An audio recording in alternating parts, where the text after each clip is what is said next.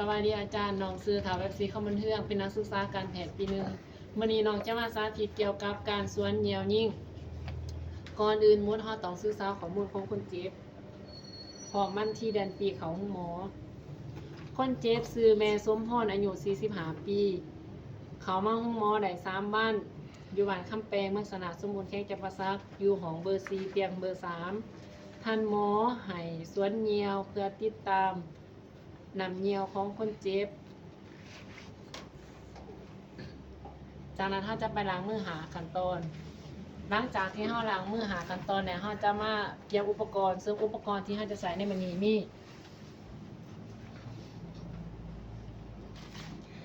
จากนั้นเราจะเข้าไปหาคนเจ็บ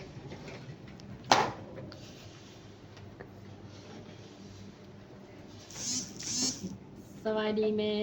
ลูกซื้อเป๊ปซี่เข้ามาเทืองเด้อเป็นนักศึกษาการแพทย์ปีหนึ่งลูกขออนุญาตถามซื้อแม่ก่อนเด้อแม่ซื้อหยังเด้ซื้อสมพรอายุจักปี45แม่อยู่บ้านได้เด้บ้านคำแป้งอ๋อดูแม่เขามาห้องหมอได้3วันแล้วเนาะแม่เนาะแม่โดยมื้อนี้ลูกจะมาสวนเหยี่ยวให้แม่เด้อเพื่อว่า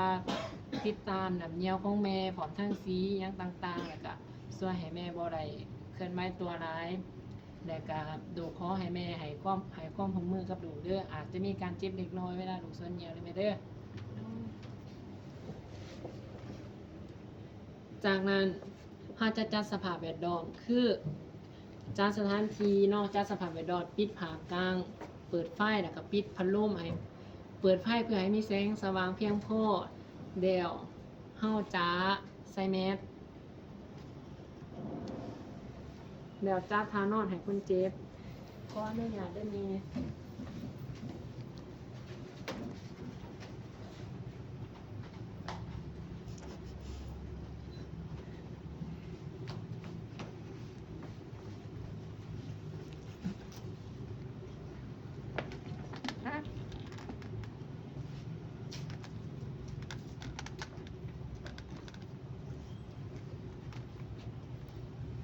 เมื่อเฮาจัดท่านอนให้คนเจ็บแล้วเฮาจะนำผ้ายางกันเปื้อนมาห่อ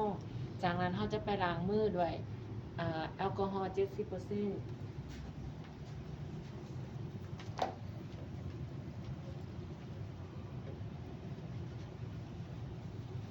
เมื่อเฮาล้างมือแล้วเฮาจะยกเครื่องอาเสื้อเข้าไปเปิดอยู่วางเท้าของคนเจ็บ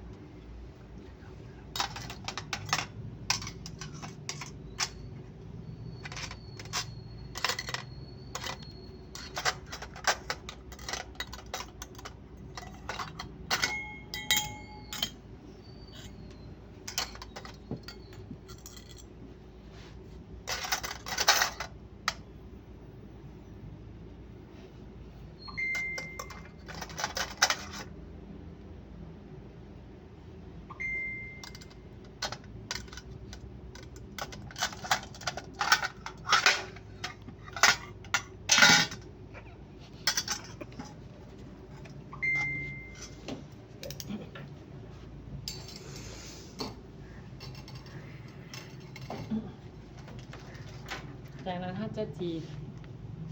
คอมแพส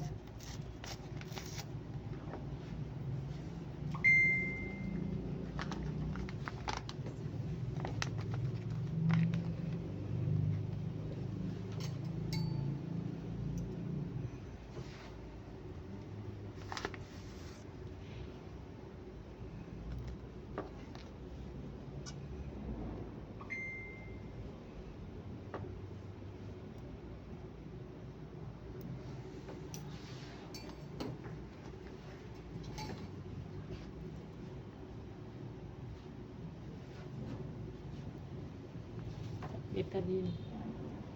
ก่อนเฮาจะถอกทุกครั้งแม่นเฮาจะถอกถิ่มก่อนหยดหนึง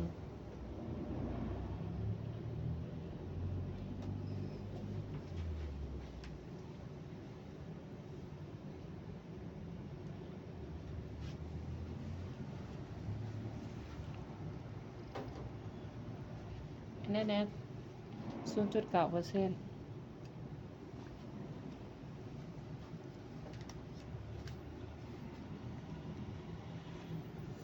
แล้วก็เจล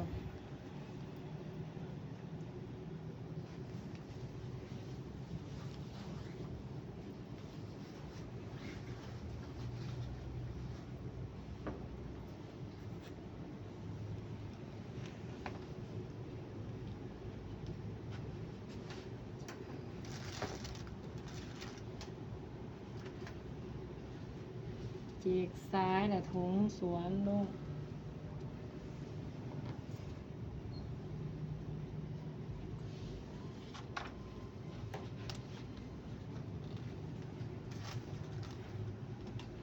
จีกแสลงลง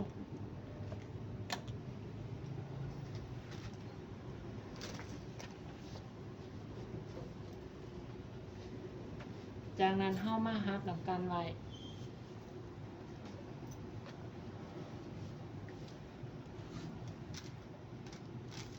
แล้วเฮาจะมาใส่พร้อมกับสีสก๊อตไว้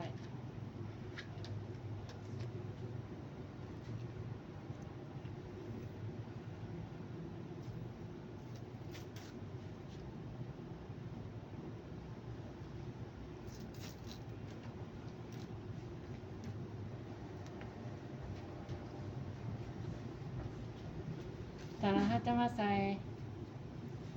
ถุงมืออาเสือก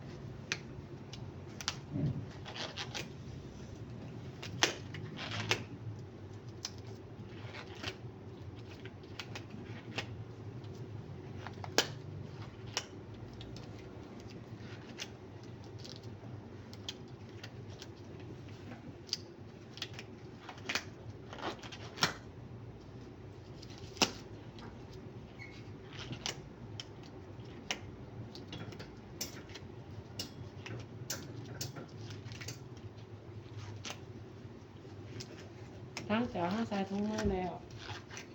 เฮาจะนำมานำผ้าห่มเดี๋ยวห่อให้เพิ่นเจ็บขออนุญาตได้เลย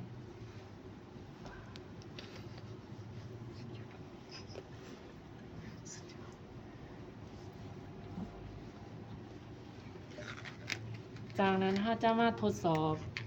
สายสวนของเฮาก่อน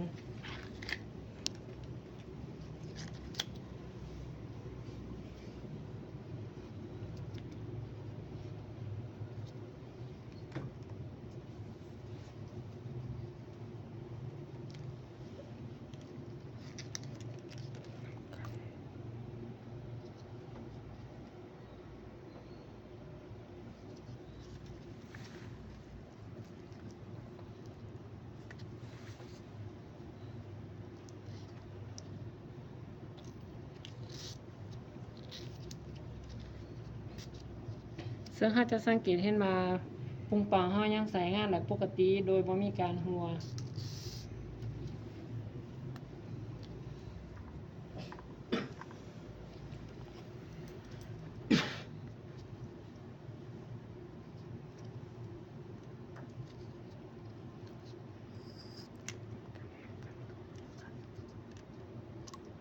จากนั้นเฮา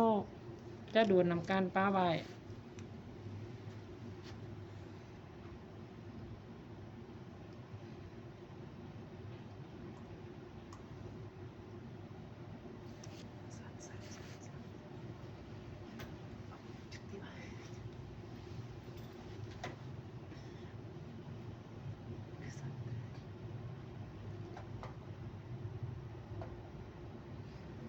ปริมาณแมน10 ml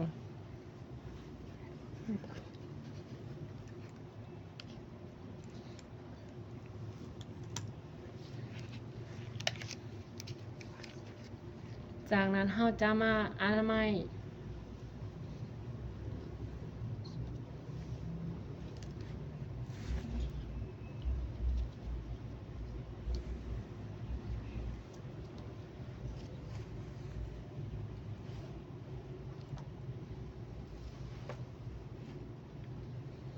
เขาจะเสร็จขโมงก่อนทิมใส่ซ้ำเปื่อน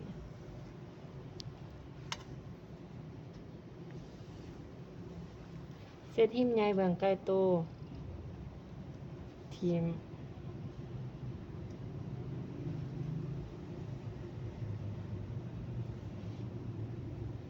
เสร็จหิมใหญ่เบื้องไกลโต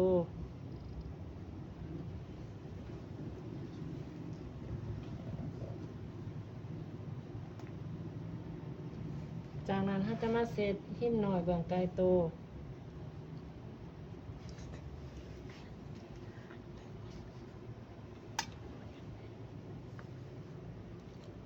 หิมหน่อยเบื้องไกลโต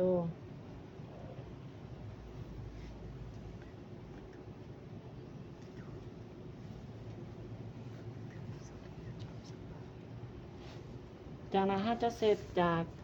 จอมสังหลาด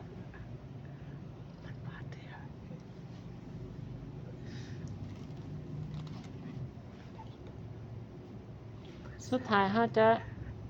เซตด้วยเบตาดีนคือเราจะเซต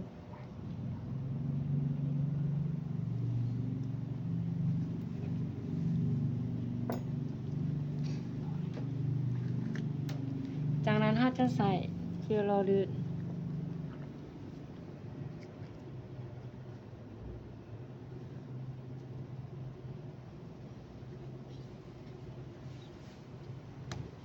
นำไปเย็นค่ะโดยการใส่มือเบื้องหนึ่งเนี่ย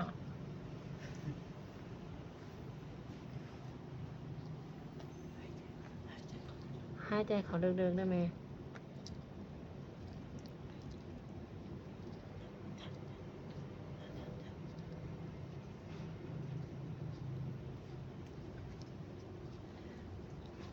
ซึ่งว่าผู้ใหญ่เขาจะแยกเขาอยู่ประมาณ7 ซนติเมตรหรือ8 ซนติเมตรสำหรับผู้หญิงจากนั้นเขาจะล็อก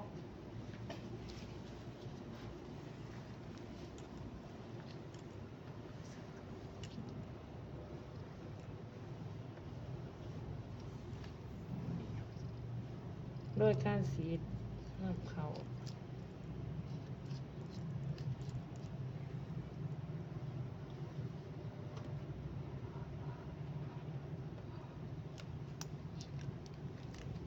พร้อมกับต่อถุง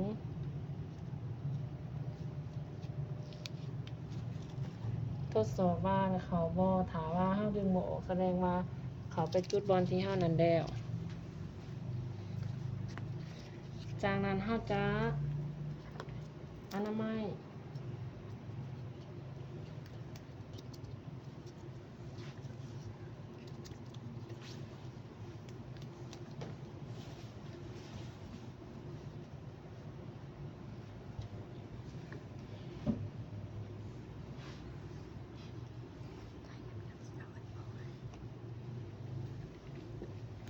หลังจากอนามัยแล้วเขาจะติด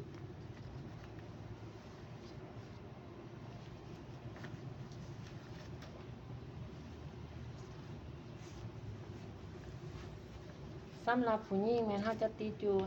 แอบขาเหมือนง่าย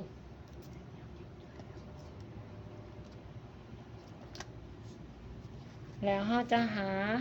ถุงมาห้องถุงน้ำเนียวเนาะฝ่ายอยู่เพียง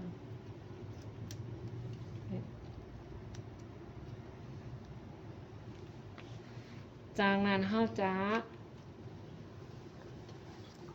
เมียนอุปกรณ์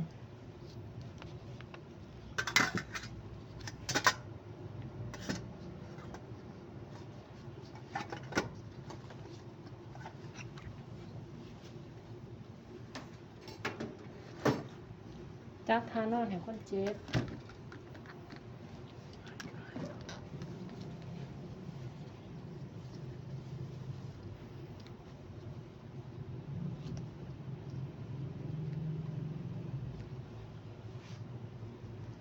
โดยแม่การช่วยเงียวกระแดดได้เลยไหมเด้อแต่ถามว่าแม่มีอาการเจ็บเสียหรือว่ายังสามารถแจ้งลูกได้เด้อแต่ลูกจะติดตามอาการแม่เป็นระยะจากนั้นเราจะถอดถุงมือ